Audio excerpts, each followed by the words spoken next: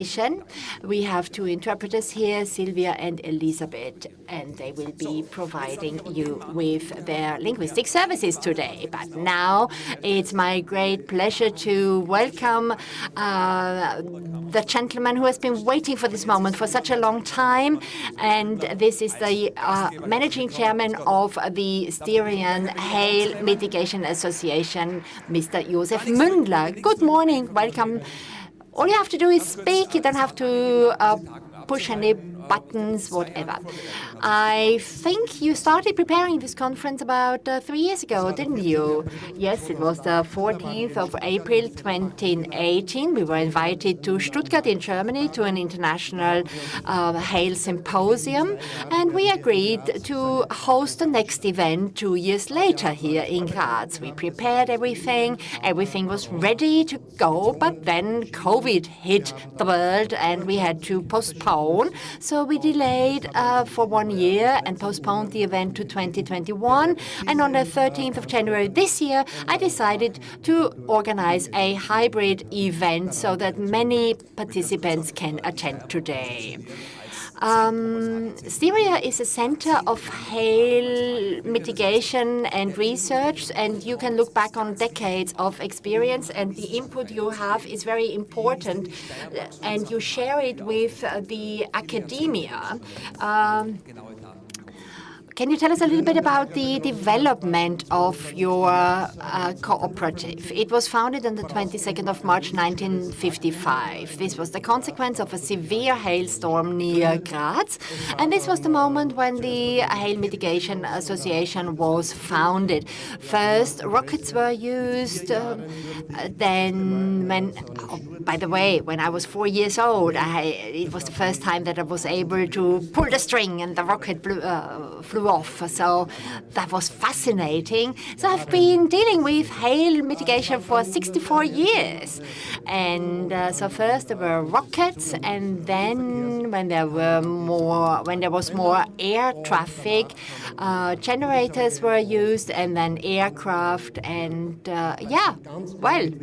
this is also what we're using today, and we cooperate closely with academia, the University of Applied Sciences. I don't want to go into detail too much now, because I know that you will be dealing with all of these details in your presentation, which will be the first one today. I just wanted to share some general impressions at this moment. And now it is my great pleasure to ask Mr. Schwindsackel, member of the Federal Council, the second chamber of the Austrian Parliament, and he represents the Styrian governor, Mr. Schützenhöfer, who is unable to attend. So Styria is once again in the focus with regard to science. Yes, you're right. Good morning. Good morning, Mr. Muendler, dear guests here on site and online. It's my great pleasure to convey the best wishes from our Governor Schützenhöfer. It's a great pleasure for me to be here because I was trained as a pilot 20 years ago, and Mr. Muendler actually was my teacher, and I was very impressed by what I was able to learn, and I was very much in awe of the pilots and the achievements. I am very happy that this great event is hosted here in Graz at the University of Applied Sciences.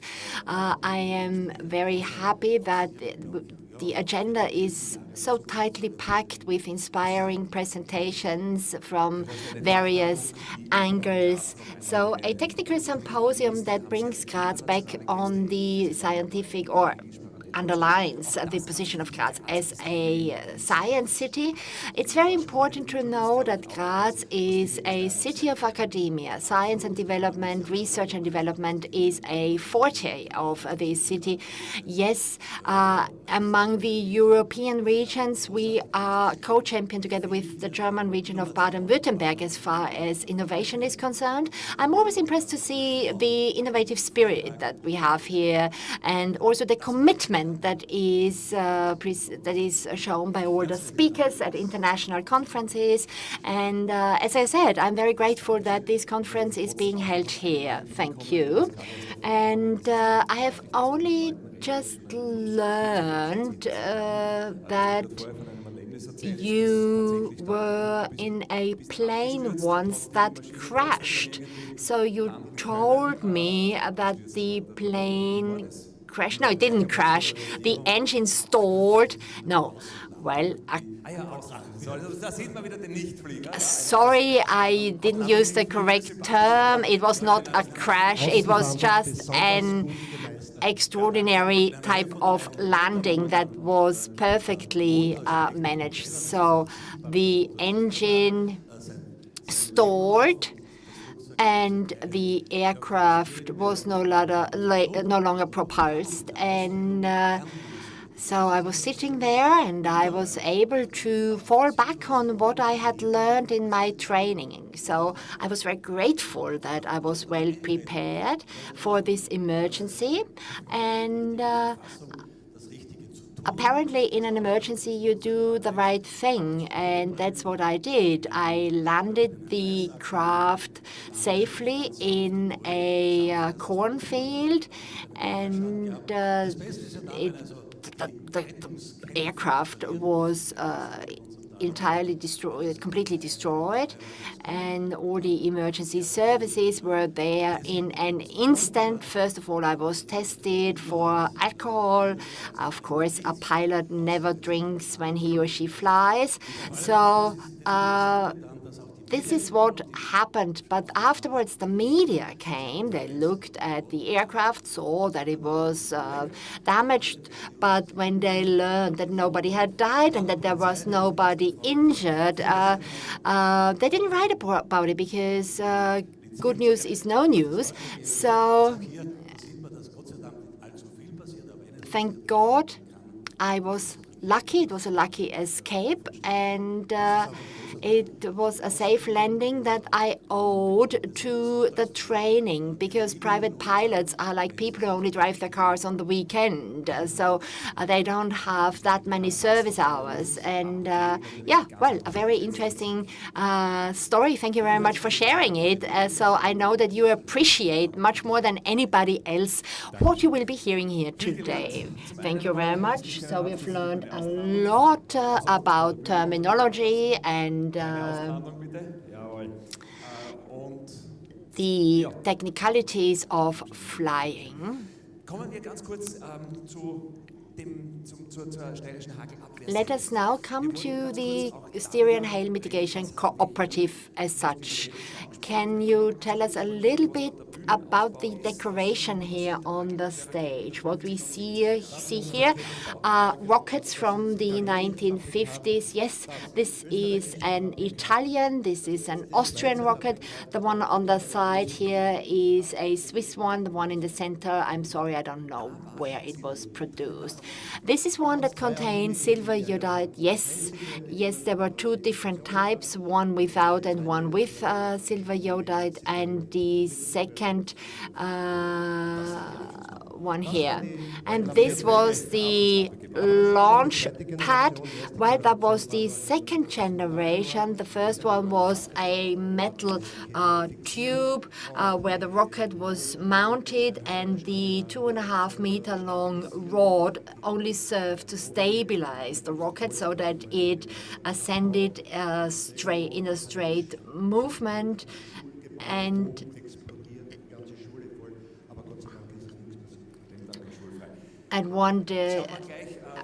there was once an incident with such a rocket where it did not ascend straight up, but nothing happened. So let's move to the other side of the stage. This is a tower that was used to measure the impact of hailstorms. Yes, there is a 20-year, or there was a 20-year test plate program. It was launched in 1982.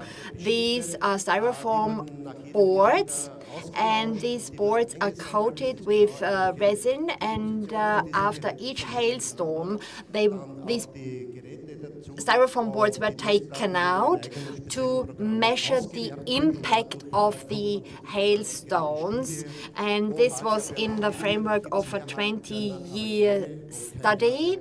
And the findings was that in areas where there is hail mitigation, there are more hailstones, but these are smaller, and in areas without hail mitigation, the hailstones are bigger and cause more damage. So this is something that I will be exhibiting in the museum that I am planning. Okay, we will come back to that later, to the future plans, but now I would suggest we start with the past. But before you do that, could you please tell us who the people behind hail mitigation are in Styria? Could I ask the members of the supervisory board and the executive board? How many members are there on the executive board? We have 5 members, both on the supervisory and the executive board.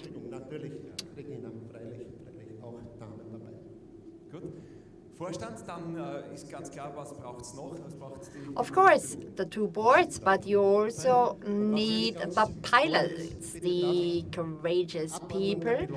I would like to ask the pilots to come to the front here. These are some of the pilots.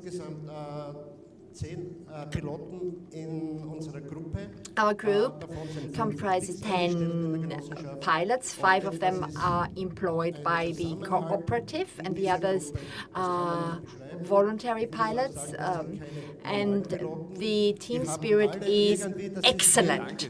None of them, these are not your average pilots.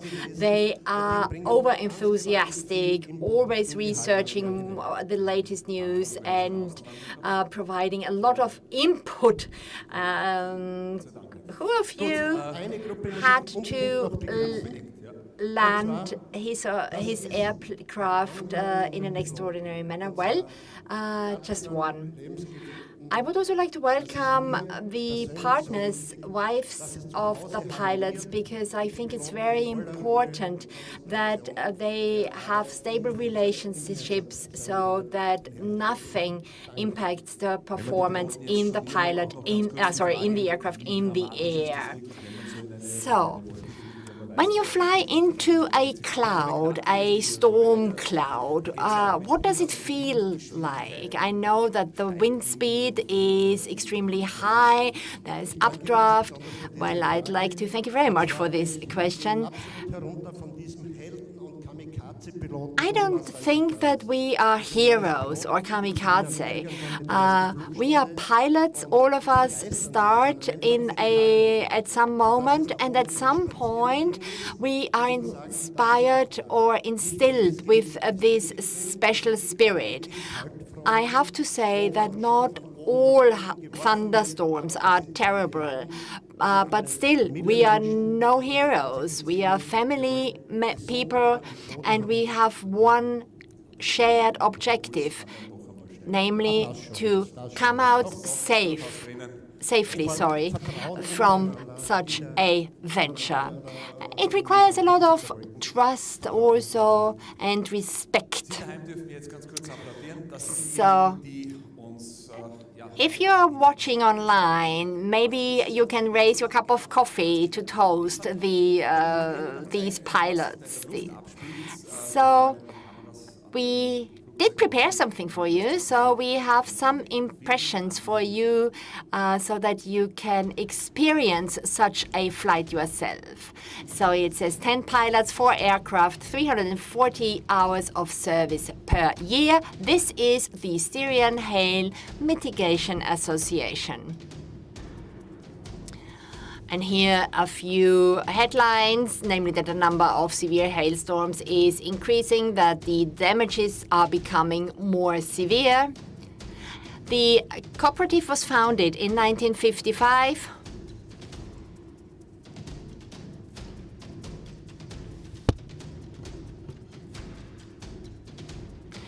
It operates a weather radar on a mountain that provides up-to-date images every minute. Currently, the cooperative serves 86 member communities that span 420,000 hectares and receives scientific support from the University of Technology Graz and the Meteorological Association of Austria.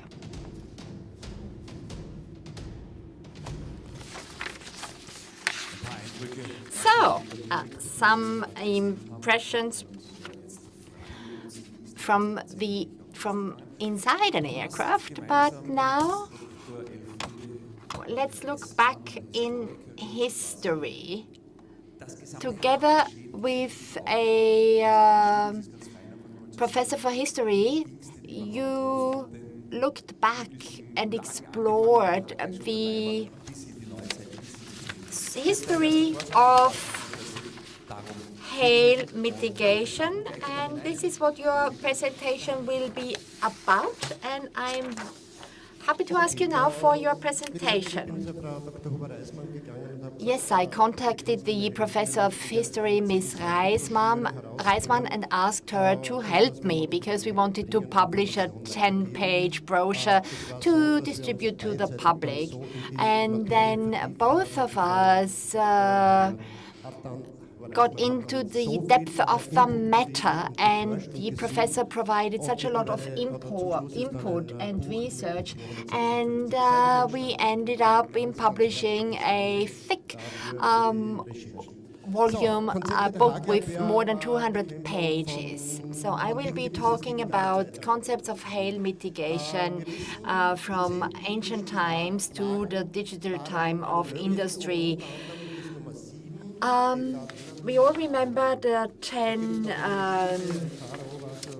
plagues of Egypt, and the 7th one was hail. There was an emperor in Egypt that was a terrible man, and God opened the hail and let ice fall from the skies, and this was hail. So the Pharaoh decided to become a better man, and then I don't know what happened afterwards. In ancient times, there were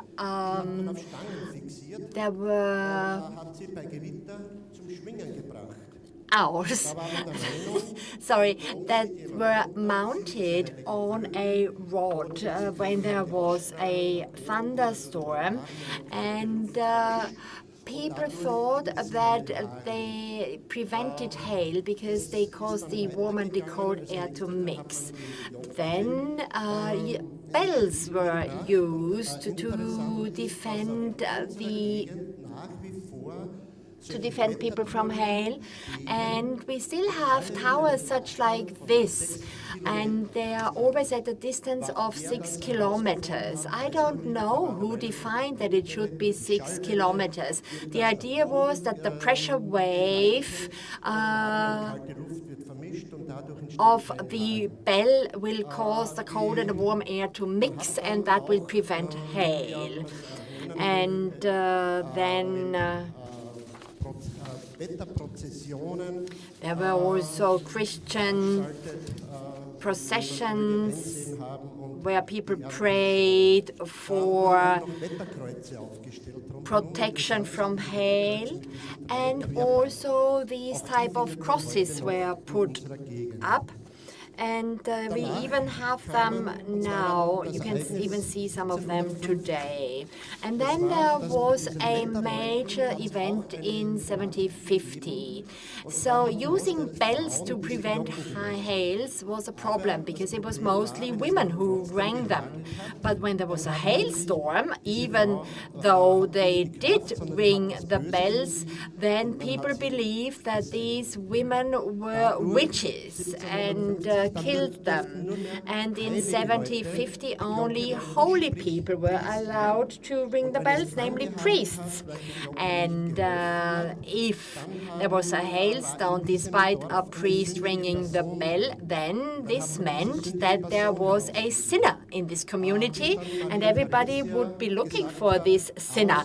And then Maria Theresia, the Emperor of Austria, said, "Stop ringing the bells. Bells belong to the church and to nobody else." So this was a time when firecrackers or cannons were started to be used. I couldn't find a better image than this one, but here on a nearby mountain, which is 1,450 meters high, there was a rumor that it has a cavity inside where the weather was brewed. So 3 such mobile cannons were placed on the top of these mountains, and people shot into 3 directions with these cannons. We are talking here of the year 1782.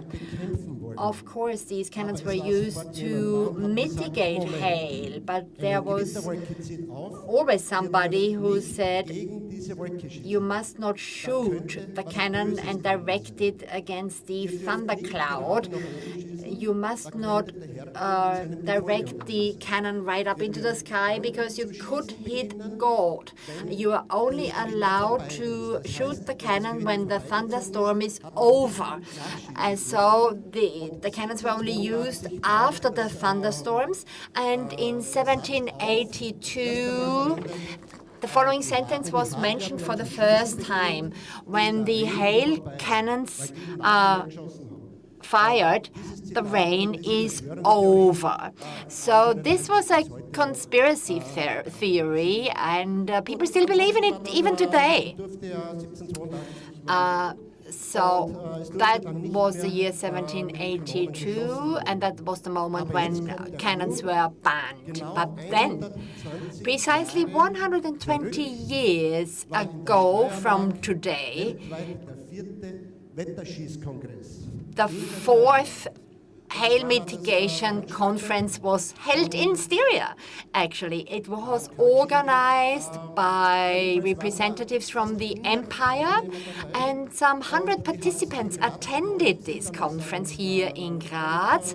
They met here in Graz, then they went to a nearby village, to a mine, and gunpowder was stolen from this mine, and that was used to shoot cannons. And then people again said the same thing: "You must not direct the cannons towards the sky. That's blasphemy." So these guys had a backpack of gunpowder and hid it in a basket, went to a church, and the priest didn't see the gunpowder and blessed it because there was something disguising the gunpowder on top of this basket. So then in 1952 there was severe damage as a consequence of hailstorms, so people agreed that something needed to be done, and so they tried to come up with a group of people who would mitigate hail. So the cooperative was founded in 1952 and 55. Of course, not everybody was allowed to shoot the cannons. The people had to be trained and attend courses. And then the rockets were introduced. I collected these last year, found some 100. I showed you some of them earlier. Some came from Italy, some from Switzerland. So we thought, well, Austrians will certainly be able to produce these rockets as well. So a company in Carinthia started producing hail rockets. But when there was more air traffic, these rockets were limited, or the use of the rockets gas was limited. So alternatives were sought, and these gas burners were used. They were placed on the top of hills, and silver iodide together with propane was combusted, was ignited, and the idea was if there is an draft, when there is a thunderstorm, these silver particles will reach the clouds. In the year 1972, the Cultural Association of Langenlois in Lower Austria was the first association to use an aircraft, because the land there is very flat, so they used the first aircraft for hail defense. In 1982, a Mr. Golob here in Styria was the first one to fly such an aircraft in Styria, and in 1985, 3 aircraft were acquired. They are stationed in Weiz in eastern Styria. What you can see here is the big difference between these two things. On the left-hand side, you see the hail generators of the 80s with a very short combustion chamber, and you saw this ball of fire coming out of it. On the 5th of May 1987, this was the first day, my first time in an hail defense aircraft. I was ecstatic. It was wonderful. It was fascinating. And ever since then, I have been flying. I've always been interested in aircraft and generators. And then another thing was used, namely pyrotechnic torches. They came up in the 90s, and they were imported from Russia via Bulgaria, and the command center was managed by Mr.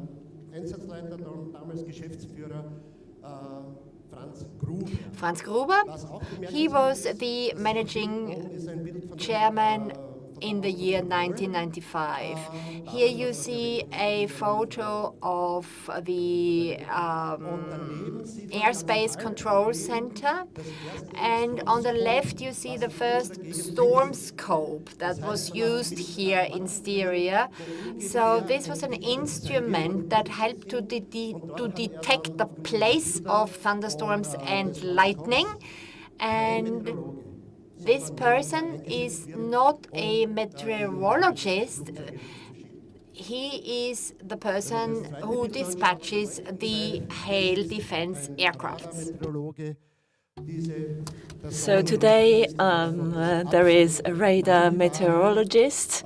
Unfortunately, there's very few people with this training via the Technical University of Graz. Mr. Paulic has helped us to find a very good person from India who has been helping us out for 5 years, and we are very happy to have him on board because he really directs us to the right places. I don't need a fast plane. I just need to be in the right place at the right time. And our controller now really directs us to the right place. So that works perfectly. We are fascinated by him. And you can see how many screens he's using and how many things are happening there. That's really absolutely amazing. And we are very thankful to him. In 2003, the hail mitigation of Styria has installed on the Reicher Höhe a weather radar, which cost 2 million shillings at the time.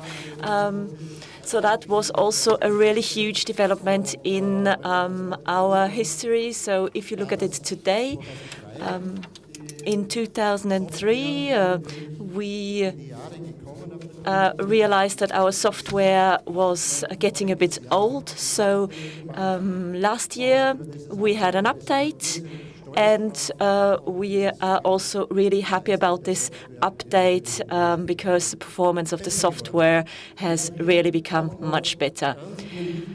There's another very important role here. That's Mr. Liska, one of our pilots, who just spontaneously shows us what we need to do. And we, the pilots, are so thankful that there are experts in our group who just do this in their free time for us. In the year 2000, we realized that our old generators were getting too old. We needed something new. In Graz, I found an office for technology led by Mr. Martin Reinisch. Martin, so I told him, Martin, we have these rusty generators. What can you do for us? So he then put in place a cooperation, I hope I pronounced this correctly, with the Josef Stephan Institute in Ljubljana.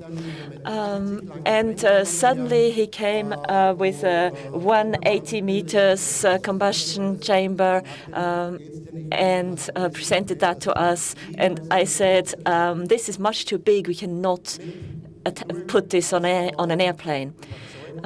But then, with a lot of patience and perseverance, we really managed to use this new generator on the plane. However, there was a problem because then suddenly people couldn't see the flame anymore that was coming out from the plane, because this is a controlled combustion. So there's only the silver particles that are coming out. So you cannot actually see a flame anymore. You can only see the smoke. But we actually had to convince people about what was happening because they couldn't see the flame anymore. So then we flew with that 15, 17 years. And then computer technology was used for the first time. So here you can see a computer on the right side, which gives us the temperature of the generator, and on the other side, the control panel in the aircraft. And then in 2018, Mr. Franz Mosbacher looked at what we were doing, and we will come back to that later. In 2007, Mr. Paulic worked together with us and showed us how we could use on a current weather map on a tablet directly in our aircraft. Now we can see directly in the plane how where the clouds are and where we have to fly, and this is also an important safety factor. So this is really a huge contribution to our work. In 2018, I was a very enthusiastic pilot, and suddenly, overnight, practically, they said we need a new managing chair for our association, and I decided to accept. I became the managing chair, and my first act was to write to the universities to ask who can help us improve our work in the Hail Mitigation Association. What can we do to improve, to become more efficient? So here you can see Mr. Franz Mosbacher, who accepted to cooperate with us. In Eastern Graz, in Birkfeld, he had a workshop, and he thought a lot about how we could improve things. And on the 19th of January 2019, we came to his workshop. You can see it on the picture. and he showed us a Hail generator of the latest generation. And we were really surprised, we were really amazed. You can also see the temperature of this generator on the picture here. And I think Mr. Mosbacher has been working on this generator for hundreds of hours.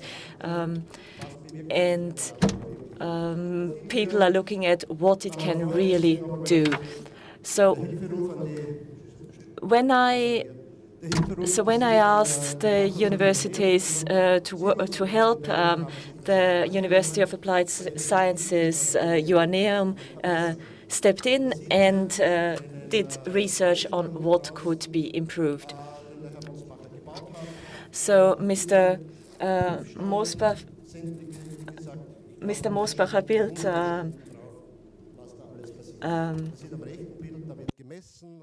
built a resistance, and you can see that on the picture how it's working on the resistance.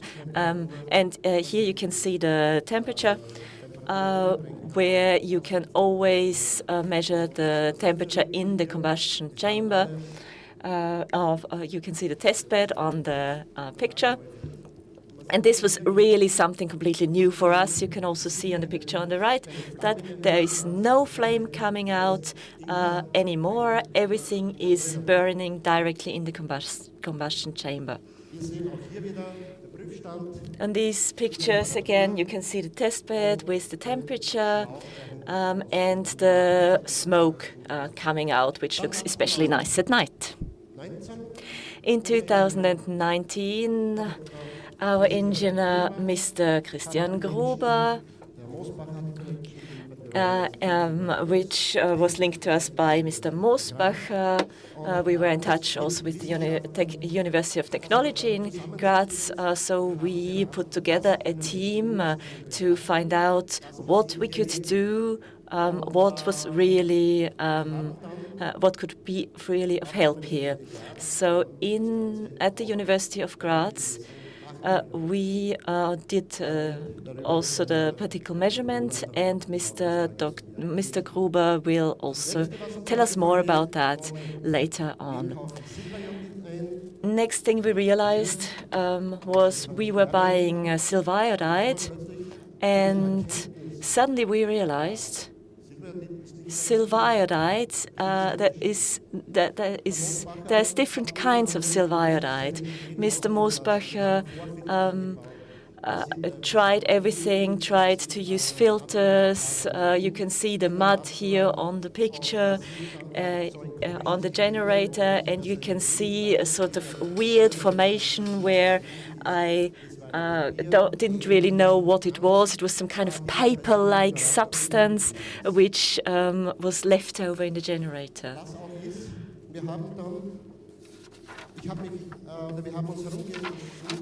So we did some research. We checked if there were any other possibilities to get silver iodide, any other suppliers. And we found 5 suppliers in our area who were able to deliver silver iodide. We tried them all, and we realized that, and we won't be naming any companies, but we do have one company who is whose silver iodide is so aggressive that it actually attacks our thermal element in the generator, which is actually made to last, so it shouldn't break. Another thing we realized was that one substance was aggressively attacking metal.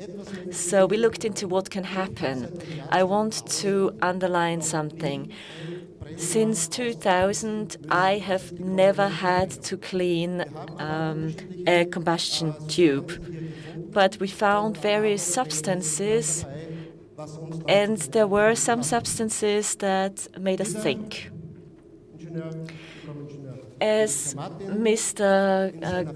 Priska Martin said, so he's a pilot, and then in his free time he has nothing else to do but deal with hail mitigation. And he realized we could build in elements into the generator. And we now have the parameters and can check which parameters our generators have at the moment. So, for example, we can say we need to have a bit of a higher pressure for the pump or a lower pressure. So we can see here with these numbers, we can see directly what we need to do. We can see electric current and so on. So really, Mr. Liska, a huge thank you to you for this work. Here you can see our proud team, who will also be doing the hail mitigation this year. You can also see our aircrafts. We have 96 communities spread out over 480,000 hectares. Maybe we would need to do more, but we are at the maximum of our capacities at the moment. What's there for us in the future? Mr. Mosbacher, there's no stopping Mr. Mosbacher. He's working on the generator day and night. In 2021, we got the new generator, and the new generator for 2022 is already lined up for us and will be put to service this year. Thank you so much, Mr. Mosbacher, for your terrific work. And this is done mostly for free for us at a volunteer basis. So what do we need to do in future? We need to do more research in silver iodide because silver iodide is the element that we base everything on. We will also hear about potential alternatives during this day. We also need to improve our radar technology. If I'm informed rightly, our weather radar updates every 30 seconds. We will also get more information on that today. There will possibly be a cooperation with Expand Radar, where you can not only look at one side, but at 4 sides of the thunderstorm. So that would help us to see phenomena that have so far been hidden. We do not want to have competition. We want to work together because this is about our homeland. So we work together also with the company Celeris Pass from France. And they come to us and bring us weather balloons with a lot of measuring devices. This is for predicting hail. This is to show and measure what is happening, giving us meteorological data to see will we have rain or not. And we would like to build our own cold chamber. And we want to adapt this for our needs. Another issue is idea is drones and artificial intelligence, which will become more important in the future. We have planned to use autonomous drones to fly in the thunderstorm with a huge camera, with a long rope. So this drone should then fly, and we need to equip it with a hail generator.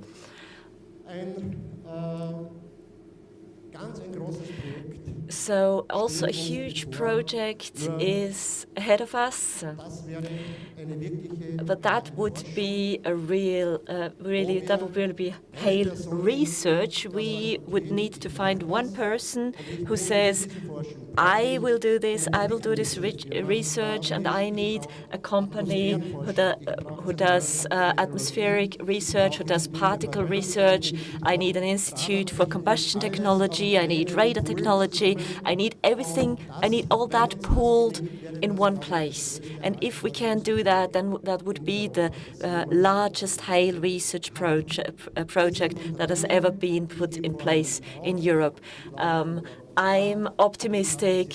I'm doing everything to put together this project, and I have encountered people ready to help everywhere. Our biggest goal is to really advance hail mitigation. We have already had many milestones, but so we had a huge development since the 70s, since the 80s. At the moment, we are really, really proud. We don't just have this kind of a burning tube. We really have hail technology. We really have, Mr. Wegener is really helping us a lot, cooperating with us. So this was my explanation of our past and our future. Thank you. Thank you very much. I think applause is welcome. This helps us to the new to the question part. If there's questions, then you have the possibilities to write them in the live stream. And you can also send our questions per email to michael.körner@gmx.at. And we get these questions here directly and can then ask our speakers.